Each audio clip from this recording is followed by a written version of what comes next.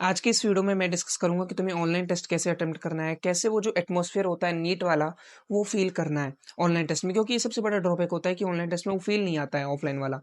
तो देखो, पूरा तो तुम अचीव नहीं कर पाओगे लेकिन 90% तक तुम अचीव कर सकते हो। इस वीडियो में वही बताऊँगा मैं। दूसरा क्या है कि टेस्ट देना और ना देना तुम्हारा सिलेक्शन डिसाइडिंग फैक्टर होता है। सिलेक्शन डिसाइडिंग फैक्टर मतलब कि अगर तुम टेस्ट दोगे तो तुम्हारा सिलेक्शन होगा, टेस्ट नहीं दोगे तो तुम्हारा सिलेक्शन नहीं होगा। तुम कितना भी बुक को रट लो, तुम कितना भी क्वेश्चन को सॉल्व कर लो, अगर तुम टेस्ट नहीं दे रहे हो तो तुम्हारा सिलेक्शन नहीं होगा।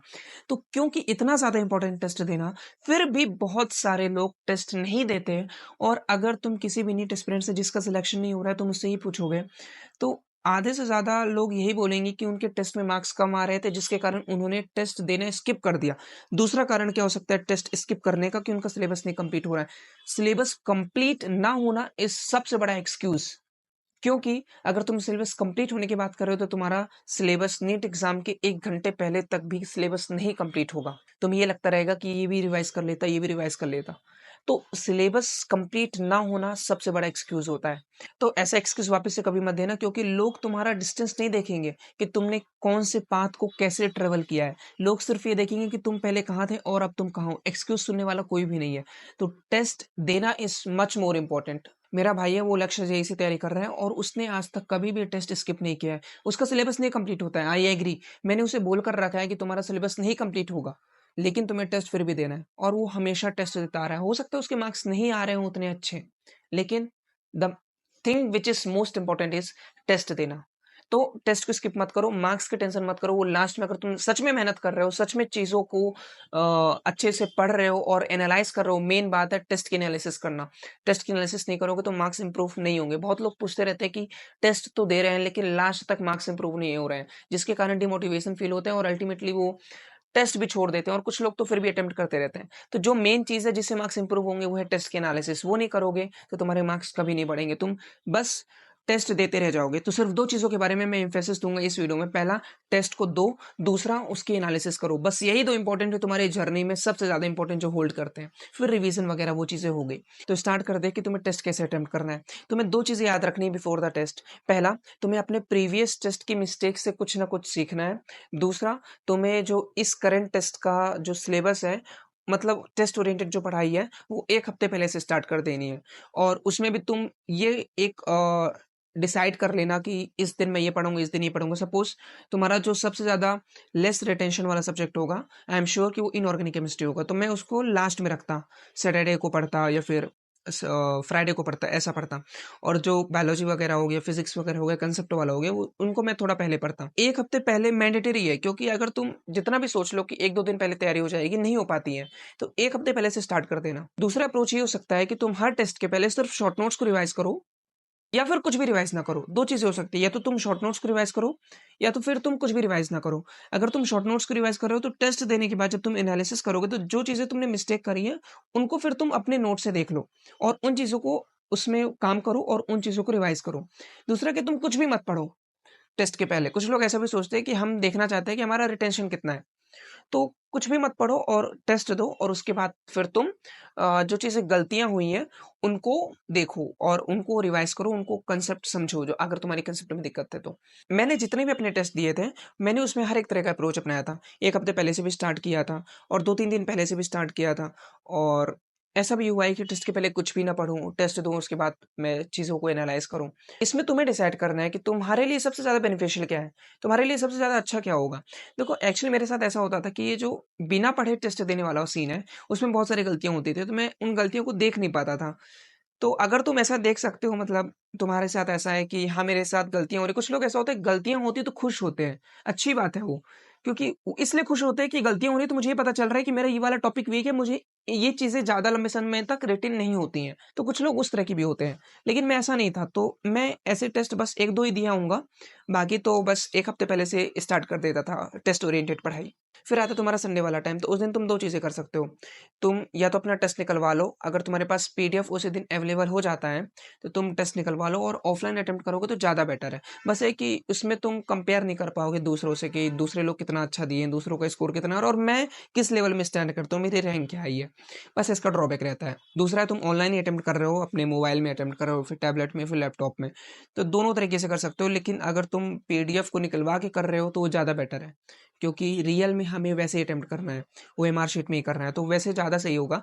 तो अगर वैसे कर सकते हो तो ठीक है, वरना ऑनलाइन भी सही है। मैंने अपने प्रिपरेशन में 2 साल, डेढ़ साल अगर कहूँ तो मैंने पूरा ऑनलाइन ही अटेम्प्ट किया था। लास्ट के 3-4 महीने में सिर्फ ऑफलाइन अटेम्प्ट किया था। वही टेलीग्राम से पेपर डाउनलोड किया और निकलवाया और फिर ओएमआर शीट में फिल करके पूरा प्रैक्टिस किया।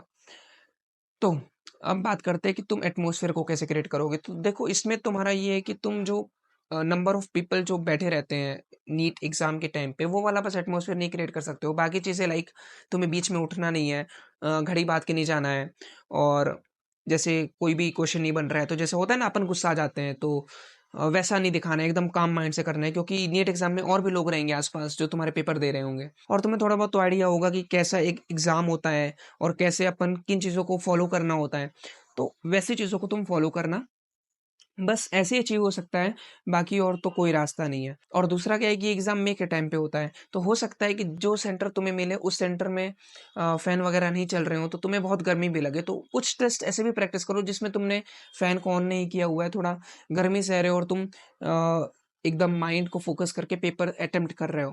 जैसे तुम टेस्ट दे रहे हो, तो अब स्टार्ट कैसे करना है, कौन-सा सेक्शन से स्टार्ट करना है, फिज़िक्स, केमिस्ट्री, बायोलॉजी, तो ये तुम्हारे ऊपर डिपेंड करता है तुम कैसे स्टार्ट करना चाहते हो। वैसे ज़्यादातर student, and I would also recommend कि तुम बायो से स्टार्ट करो, क्योंकि bio most of the student को ईज़ी लगती है, तो उससे एक कॉन्फिडेंस बिल्ड होता है, जिससे हम केमिस्ट्री और फिज़िक्स की तरफ जा सकते हैं। तो बायो अटेम्प्ट करने के बाद तुम या तो केमिस्ट्री में जा सकते हो, तो फिज़िक्स में जा सकते हो। मेरा ये अप्रोच रहता था, सबसे पहले बायो को अटेम्प्ट करना है, उसकी भी एक लिमिट रहती थी। मैं जो पीडब्ल्यू के पेपर अटेम्प्ट करता था, उसमें थोड़ी बायो ईज़ी आती थी, तो उसके लिए मेरा टाइम लिमिट रहता था 25 से 30 मिनट, और ये मैं माइंड में मतलब चलता रहता था कि हाँ, 25 से 30 मिनट में मुझे अटेम्प्ट करनी है। और जब मैंने पहली बार एलएन का पेपर दिया था, वही टेलीग्राम से डाउनलोड करके प्रिंट आउट निकलवा के, तो उसमें पहली बार मुझे बायो में 1 घंटा टाइम लगा था। 50 मिनट, 55 मिनट इतने लगे थे। तो वहाँ पर मेरा थोड़ा जो लिमिट है बायो का, वो थोड़ा चेंज हो गया। तो वहाँ मैंने 45 से फिर 40 मिनट में आया, तो धीरे-धीरे रिड्यूस किया, तो 35 तक आ गया, 35-40 तक आ गया था। मैक्स टू मैक्स 45 मिनट ही लगते थे फिर बायो को सॉल्व करने के लिए। एलएन की पेपर की बात करो, क्योंकि उसकी बायो लेंदी आती थी। तो ऐसे तुम टाइम को रिड्यूस कर सकते हो, और बायो अटेम्प्ट करने के बाद फिर तुम फिजिक्स में जाओ या फिर केमिस्ट्री में जाओ। मेरा ऐसा था, बायो के बाद केमिस्ट्री में और फिर फिजिक्स में। और ओएमआर अटेम्प्ट कैसे करना है, तो बहुत लोग ऐसा करते हैं कि लास्ट में ओएमआर अटेम्प्ट करते हैं। तो ये मैं रिकमेंड नहीं करूंगा कि तुम लास्ट में एकदम ओएमआर अटेम्प्ट करो। जैसे तुम पेपर देखते हो, तुम्हें थोड़ा बहुत अंदाजा हो जाता है कि मेरा पेपर कितने घंटे में हो जाएगा। जैसे मैंने नीट का पेपर जब दिया था, तो मुझे अंदाजा हो गया था कि हाँ, मेरा 1.5-2 घंटे में पेपर हो जाएगा। तो मैंने पूरी ओएमआर लास्ट में भरी थी, जब मैं सेकंड टाइम पेपर अटेम्प्ट कर रहा था। तो तुम्हें भी थोड़ा बहुत अंदाजा हो जाना चाहिए कि इस पेपर को सॉल्व करने में मुझे कितना टाइम लगेगा। तो फिर उसके हिसाब से तुम्हें डिसाइड करना है कि ओएमआर लास्ट में भरूं कि बायो अटेम्प्ट करने के बाद फिर भरूं, और फिर उसके बाद फिजिक्स एंड केमिस्ट्री, मतलब हर एक सेक्शन वाइज में ओएमआर भरूं, या फिर हर एक क्वेश्चन के बाद अटेम्प्ट करूं। तो हर एक क्वेश्चन के बाद तो कभी अटेम्प्ट मत करना ओएमआर, क्योंकि उसमें बहुत ज़्यादा टाइम लगता है। तो तुम सेक्शन वाइज जा सकते हो। Section wise I think it is good, क्योंकि उसमें तुम्हारी ज़्यादा गलतियाँ भी नहीं होती हैं। ओएमआर फिल करने में जो भी गलतियाँ होती हैं कि क्वेश्चन मिस हो जाना हो, उसके बाद फिर तुम बहुत सारे क्वेश्चन ऐसे गलत भरते जाते हो, तो वो सारी गलतियाँ नहीं होती है। बाकी इट्स योर चॉइस कि तुम्हें कैसे ओएमआर फिल करना है। वैसे भी यार, तुम अगर ओएमआर बहुत बार फिल करोगे, तुम्हारी प्रैक्टिस हो जाएगी, एंड जो भी गलतियाँ होती हैं वो तुम्हारी गलतियाँ नहीं होंगी। तो इसलिए ओएमआर फिल करनी है ऑफलाइन के लिए।